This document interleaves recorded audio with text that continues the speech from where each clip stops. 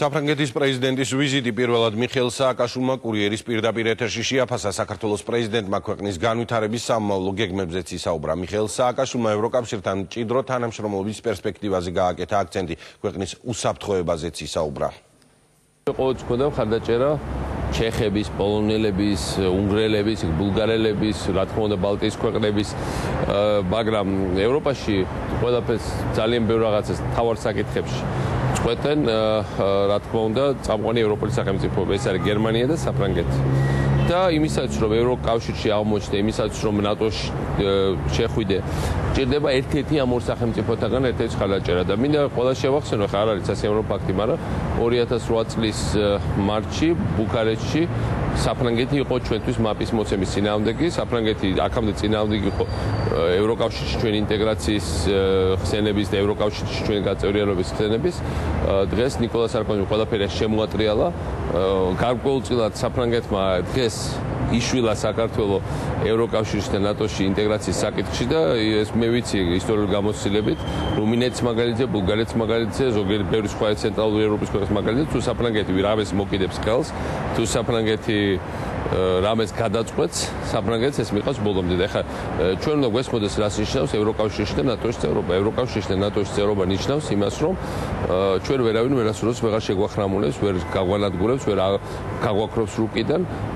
რა თქმა უნდა, ამ გაერთიანებას მაგას უყურეთ ევროკავშირში ბევრი თავის პრობლემა აქვს, მაგრამ ახლა სად მათი პრობლემები და სად ჩვენი პრობლემები. ჩვენ ვართ ეგზისტენციალური საკითხების წინაშე, მაგრამ მეორე მხრივ საქართველოს აქ ძალიან ბევრი რამე რის მიტანად შეუძლია ევროკავშირში. დღეს სარკოზიმ ილაპარაკა ძალიან დადებითად ჩვენ რეფორმებზე, ჩვენ ბიზნეს კლიმატზე, ძალიან დადებითად ილაპარაკა ნახეთ იმ უზარმაზარ ძალისხმევას, რომელიც ქართულმა ხალხმა განახორციელეს ცვლილებების თვალსაზრისით. მე რო დამეწერა ეს სიტყვა, ხა ვიცით ხშირად გამოდივარ თქვენ და სხვა ეთერებში, მე ასე კარგად ვერ დავწერდი საქართველოზე, გარედან უკეთესად ჩანს, ხო იცით? და მართლაც გარედან დანახული და მისი მხრიდან დანახული, კარგია რომ მათ შორის დიდი სახელმწიფოები ამის ხედავენ, ეს იყო წარმოუდგენლად დადებითი სურათი. მე პირადად ნასიამოვნები ვარ, იმიტომ კი არა რომ მე სიამოვნებს, იმიტომ რომ ჩვენ ქვეყანას ეს გამოადგება უდავოდ. ეხლა აქამდე იყო ზოგადი ლაპარაკი, რომ კი საქართველოს ევროპა, საქართველოს კაი ქვეყანა, საქართველოს იმსახურებს ხარდაჭერას. ეხლა კონკრეტულად ითქვა, რაც ეხლა საკმაოდ არაპოპულარულია ევროპაში, იმიტომ რომ ევროკავშირის საერთო დაღლილობა გაფართოებს, მაგრამ ამ კაცმა აიღო თავის თავზე რისკი და თქვა, საქართველოს უნდა იყოს ევროკავშირის წევრი, საქართველოს უნდა იყოს ნატოს წევრი. მე ვფიქრობ, ეს არის პირველ რიგში იმ შედეგების დაფასება, რომელსაც მიაღწია ჩვენმა ხალხმა. სარკოზიმ თქვა, ის რასაც ჩვენ დიდი ხანია ვითხოვთ ევროპისგან, თქვა რომ რუსეთმა უნდა შეწყვიტოს საქართველოს ხელების პატური დესტაბილიზაცია, საქართველოს დაშინება. ნუ ეხლა საქართველოს არ ეშინია, ვიღაცებს გონიათ რომ საქართველოს ეშინია. ჩვენი ხალხი დღეს მოედანზე იდგა სრულიად საქართველოს. ხალხი ვიღაცები ვერ მოვიდა ფიზიკურად, იმიტომ რომ იქ ეტევა იმდენი ხალხი, რამდენიც ეტევა, მაგრამ მე კიდევ ერთხელ ვამბობ, ამ ხელა შეკრება თბილისში ვარდების რევოლუციის ბოლო დღის შემდეგ ნამდვილად არ მახსოვს. თავისთავად ეს ხალხი, ჩვენი ხალხი ნათლად აჩვენებს, რომ არავის არ ეშინია, მაგრამ ის რომ საფრანგეთიც, რომელიც ერთ მხრივ რუსეთს ეძახის თავის სტრატეგიულ მეგობარს, პარტნიორს, მაგრამ ჩვენურად ხედავს რაც ხდება და მთელი იმედები რუსეთის და მათ შორის ჩვენი შიდა მეხუთე კოლონის, რომ ვიღაცა გავყიდის, ჩაგობარებს, იქ თავარი ახლა რუსეთს ბაბაია უძახო და ის კიდევ უფრო კარგად შეგახრამულებს და შეგჭამს, ეს დამთავრებულია. ჩვენ სანამ ვართ ერთიანები და სანამ ვართ წელში გამართულები, სანამ ვამბობთ ყველას გასაგონად, რომ ჩვენ გვინდა თავისუფლება და არავის ქვეშ არ ვიქნებით, არავის არ დაუწვევით, ჩვენ ვერავინ ვერ დაგვიწვეს და ვერავინ ვერ გადაგვირდის.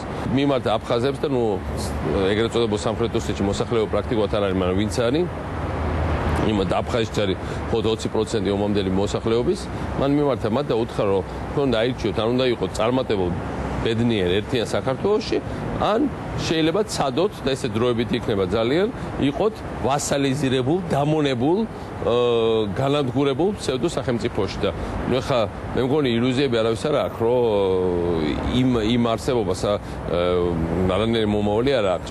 რა თქმა უნდა, მათი მომავალია საქართველოს, ჩვენ არასოდეს მათ თავს დავესწრებით, ჩვენ მათ არ ვემუქრებით, მაგრამ ილუზია არავის არ ქონდეს. საქართველოს არასოდეს არ იტყვის უარს თავის ერთობაზე, საქართველოს უარს არასოდეს არ იტყვის თავის მომავალზე და რაც თავია თელი მსოფლიო ჩვენ მხარესა და ეხა მოდი დღეს სარკოზიმ შეადარა, კარგად დააკვირდით.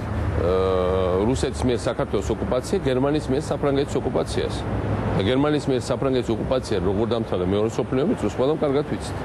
ყველა ოკუპაცია მთავრდება.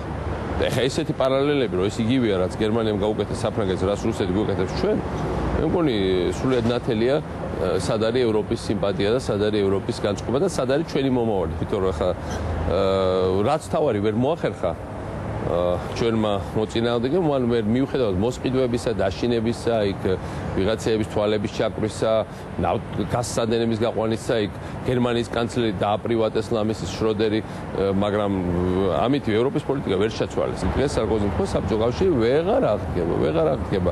რაც უფრო ჩქარა გაიგებენ ამას, მით უფრო კეთესია და მე დღეს შემდეგ გქონდა ჩვენ 2 საათიანი საუბარი, ძალიან თბილი, სადაც ბევრ სხვა საკითხს ვისაუბრეთ, მაგრამ მე ვთხარ რომ ხა მე პუტინი არსად არ დასულა, მაგრამ რახან უკვე ოფიციალურად მოვიდა უკან, მასთანაც სალაპარაკოთ მუდმივად ვარ მზად, მაგრამ ლაპარაკი ეფუძნება რომ ორი თანასწორი ერის ლაპარაკს და არა იმას რომ გონია მას რომ აქ კუთხეში მიგვაჭერებს გაგადაგულის, მოგვისყიდის, შიგნიდან ძირს გამოგვიწევს, ვერაფერსაც ვერ გამოგვითხრის. ეხა ეგეთები გაგულია და ეგეთებს გამკლავები ვარ. ჩვენ ეხა სხვა სიტუაციაში ვართ 21 წელს, 1921 წელს ევროპამ გაყიდა საქართველოს. დღეს სარკოზის ვიზიტი ნიშნავს, რომ გაყიდვების და ჩაბარების პოლიტიკა დამთავრდა. იგივეს ნიშნავს ამერიკის განცხადებები, იგივეს ნიშნავს ის, რომ ხა თელსოფლიოში დაწეს რუსეთი და პრაქტიკულად ვიღაც სრულიად მეათე ხარისხოვანი რაღაც წარმონაქმნების გარდა ვერსად ვერ მოიპოვა მხარდაჭერა, იმიტომ რომ იმის